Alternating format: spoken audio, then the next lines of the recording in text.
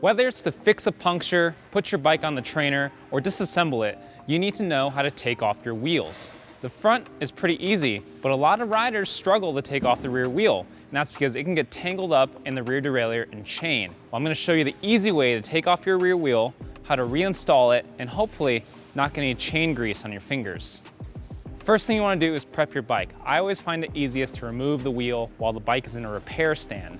But if you don't have one, it's easy to do just holding up the bike with one hand and using the other to take the wheel out.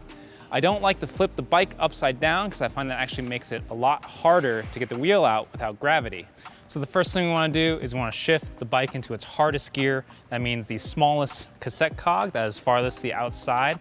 This is going to give you, a little more room to work with and a lot more chain slack also.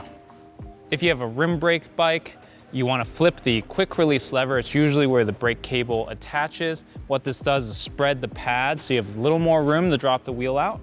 Now with a quick release axle, we're going to undo the quick release lever. And if it's tight, we're going to unscrew it counterclockwise to loosen it up, and then your rear wheel should just drop right out like that.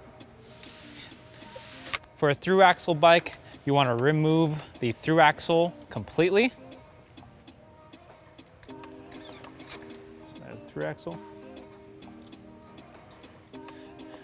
And then the rear derailleur is actually super mobile. You can try this on your own bike at home, but you can grab the body of the derailleur and actually swing it all the way back this far. Now, if your wheel doesn't just drop out, what you want to do is swing the rear derailleur back so that this top pulley clears the cassette. So what we're going to do is swing it, and you see, the wheel just drops right out. And you see, if you get caught on the chain like this, a lot of people, they want to grab the chain, but then you get grease all over your hands. What you can actually do is push down on the derailleur cage like this and push it forward and free your wheel. Now, if you have a clutched rear derailleur, you want to make sure you disengage the clutch. On a SRAM rear derailleur, you do that by pushing the derailleur cage forward